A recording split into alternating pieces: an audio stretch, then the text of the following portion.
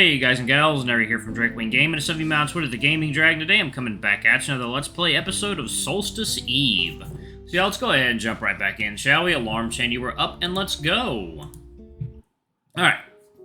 Teaching the guards magic to allow them to use wands would be far too ineffective. The prospect of using sending stones to assist with coordination is brought up once, but it's already failed once in the past. And so, more time is spent on discussing infrastructure and on whether we have enough resources in stock to even put these proposals into action. All the while, Darwin seems just as bored as I am. At first, his attention is focused on the column of magic in the center of the room, thrumming and ebbing as various images extract themselves from within to accommodate whatever the various faculty members are currently talking about. Maps of parts of the city, schematics of magical tools, diagrams showcasing how many resources we have to spare, and more. Not even that is enough for his therianthropic attention span, though, because soon enough his eyes start dancing around the room, examining the participants of the meeting in greater detail. Eventually they land on me. He shoots me a tired look with mock exasperation, though I'm sure it's somewhat genuine. After doing so, he quickly scans the room to make sure no one but me saw it. I can't help but laugh a bit before shrugging in response. You have to get used to these kinds of things in the guild. With a sigh, Darwin moves on to the next face in the crowd. My eyes remain on him. Despite all the awkwardness of our initial meeting a year ago, I've come to regret not finding a way to get closer to him. He might have been an average lay at best, but he's a pretty charming guy. Or maybe I just think he's... Cantor! Do you believe we could fit the guard's proposal within our budget for the next year, given the budget we're already diverting towards the mine? My apologies, I lost my train of thought. Could you restate the proposal? Goran does so. It immediately slips my mind again, but he seems to emphasize that it's important. I decided to say that it'll stretch the budget, but it should be possible. Some of the tension surrounding me seems to dissipate when I do so. Seems like I made the right call. The rest of the discussion goes about as planned. More bickering, more uncertainty, more of the same. With enough time, even the most driven of souls lose their patience, and the meeting is called to an end. Well, this was quite a productive meeting. I'm glad we could get the issue of the personnel for the mine sorted out. I'd like to restate that this is only the first step out of many for the sake of improving the relationship between the guild and the city. As such, these sorts of meetings are bound to become more common, and us guild members will gladly welcome you all into our halls again in the future. In addition, I'll mention once more that all members of this meeting, alongside your spouses and other such partners, are invited to the guild's annual anniversary celebration. It will be in 2 weeks, marking the beginning of the lead up to the Solstice Festival. Ugh, never liked those parties. Too many eyes on me. Regardless, the meeting closes out with that, and the city officials are the first to leave. Then the guards. There's still some more discussion to be had between the guild members about similarly meaningless drivel. What feels like an hour later, it's finally done. I breathe a sigh of relief as I leave the meeting room, free from the stifling atmosphere within it. I can't wait to get out of here, find something to eat, visit one of the bathhouses in the Silk District. Haven't had a night of fun in a while.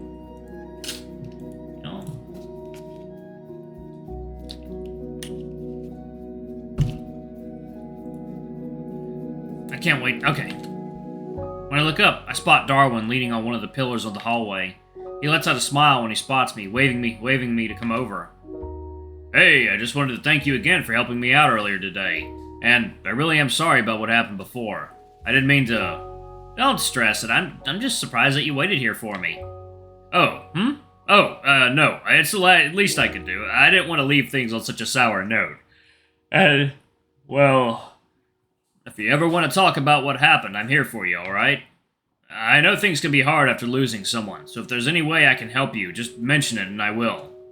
Oh, thank you. By the way, after what happened this morning, you sure you're gonna find a way to exit to the exit alone? Darwin looks around. Nope. And if you had a local to help you out? Well, that's a different question entirely. And if that same someone had offered to go hit up a tavern with you to chat a bit more? Oh? Well, I'd gladly take him up on the offer then. Nice. Best not to dally then. Got anywhere in mind? Darwin thinks to himself for a moment. Remember the clinging camber? Where we met a year ago? Didn't its owner die or something? Seems like it's opened up again. New management. Might just be an ordinary tavern now, though, at least from what I've heard. Though the people I heard it from didn't even know there used to be something there. Thought it was brand new. I take it they're not of the queer variety, then. With a sigh, Darwin shakes his head. A less. I'd say he ought to get better friends, but I'm not much for those in the first place. I think Darwin has to know that. Regardless, the clinging Cantor closing a few months back was quite a blow. It wasn't a bad spot. Can't blame the owners for doing so with how things have been around the Silt District lately, though. Well, so long as they've got good booze, I should be alright. That's what I'm talking about. A familiar, overwhelming cold washes over me as the two of us exit the guild building. I fiddle with my mana output so that the magic circles laced within my robe will output more heat before glancing over to Darwin. He seems entirely unaffected. Hell, he seems more comfortable in the cold than indoors. Mind if we stop at my place so I can get this uniform off of me? It's far too stuffy for my taste. I need to feel the cold on my skin. That's weird, but sure thing.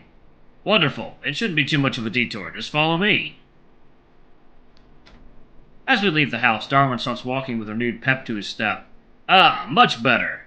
He seems to relish in the opportunity to stretch a bit, nonplussed as flecks of snow fall onto his exposed skin. This man's a freak of nature.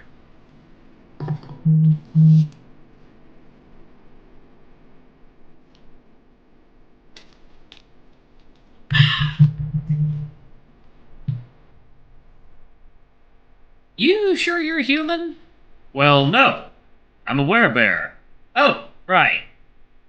But I've been like this since long before that. Actually, y'all, let me mute the music, because the music in the first video got copyright claimed, so...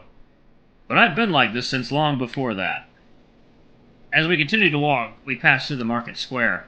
A sight catches my attention.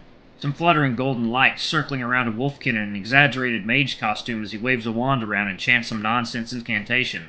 A few families watch from afar, children staring with awe as the shimmering lights near them. No, getting a closer look, I can see that those aren't ordinary magical lights.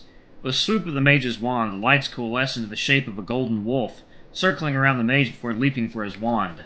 The children shriek. The mage snatches the wand away from the nearing jaws of the wolf, and chants another incantation right as the wolf leaps at him with its fangs bared, causing the beast to burst into light and dissipate. Another animal soon takes its place, and the routine repeats itself again, much to the chagrin of the onlookers. Cantor, everything alright? Huh? Oh, yeah, my apologies. What was that street mage's performance enough? Wow, was that street mage's performance enough to wow you? Darwin says that with an incredulous tone. It's got its charm. I haven't seen something like that in a long while. Though back in Antilus, these shows were far more impressive. Huh, so you really were impressed.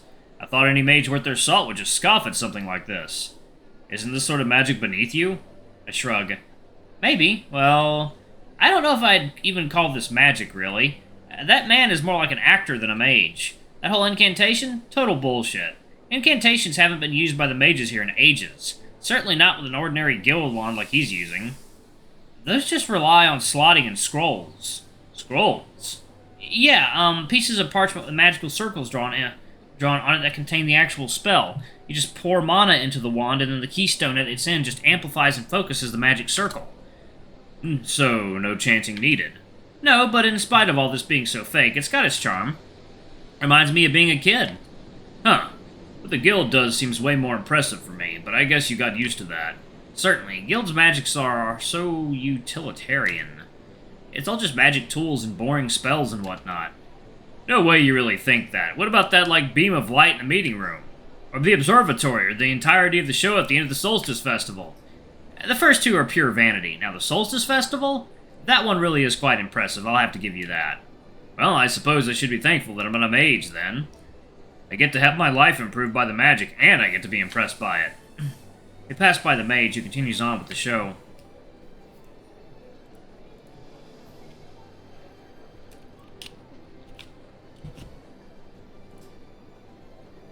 It's not that I hate it, it's just, how often do you feel the magic's presence?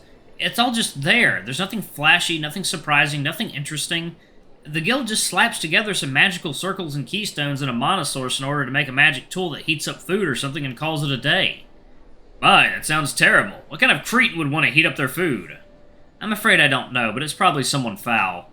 Rotten, even. Indeed, it would be much better to create a tool that does something actually useful, like...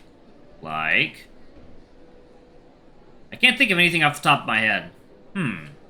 Something like raising the dead? Huh, well, if there were actually something like that, all our problems would be solved, no? I suppose so. Oh, this reminds me. Hmm? My home's mana supply is close to running out. I should get that checked out. Hmm? Ah, yeah. I forgot that non-mages need to have mages fill them up for them. You know, I could probably do that for you whenever you need to, you know. For free, of course. Oh, really? Yeah, sure, it's no big deal. I've got more than enough to spare, and it's better than letting you get extorted by some shady mage. Darwin practically jumps in the air. Aha! Many thanks for that! The ambient noise from passersby seems to fade away as the two of us enter the Silt District. The recognizable mixture of human and dwarven architecture from the Snow District is replaced with cramped wooden buildings that are far too inelegant to fit into any known style, stacked on top of one another, extending up into the sky, all for the sake of squeezing out more livable space close to the Keystone Mine that serves as the district's lifeblood. Though, with how the mines recently dried up, the district's certainly seen better days. I wonder how insulated these buildings even are. Probably not enough. I recall being scared of this area when I first came to Eisenberg about over 30 years ago. Not that it was particularly justified. I've got my wand with me at all times, after all. Darwin and I walked down the narrow, winding streets, finding our way to the once familiar tavern, the Clinging Camber, same name and all. It's located on the second floor of an otherwise ordinary townhouse. As opposed to before, its entrance has been moved directly to the street, rather than it being situated in a side street that only those who knew it could access. Despite that, it seems as though it isn't managing to do as good for itself as it did before. Save for us, there's only a single group, presumably miners, all gathered round one of the larger tables, making a fair bit of noise between themselves. Though having a clientele composed exclusively of queers probably wasn't good for business, it seems like it's struggling to attract anyone right now. The bartender swivels her head as the two of us enter. Ah, a dragonkin. Hey there. Lovely to see two new faces, one of which is quite exotic at that. You're just as exotic as me, lady. Though she doesn't seem to have an accent, does that mean she's a local, then? Aha! I know. Humans are quite the rarity in these parts. Yes, that's what I'm talking about. Been a while since we have had a human come by. Mostly dwarves, I presume? Looking around the tavern, that does seem to be the case. Yeah, that's right. Mostly got miners here on account of my husband, so, you know. Though, just between you and me, I'm keeping him hostage here by making the prices low. But I'm not sure that's all that sustainable of a strategy, which is why I'll never say no to new customers. I'm Ella. What can I get you? Well, what is there?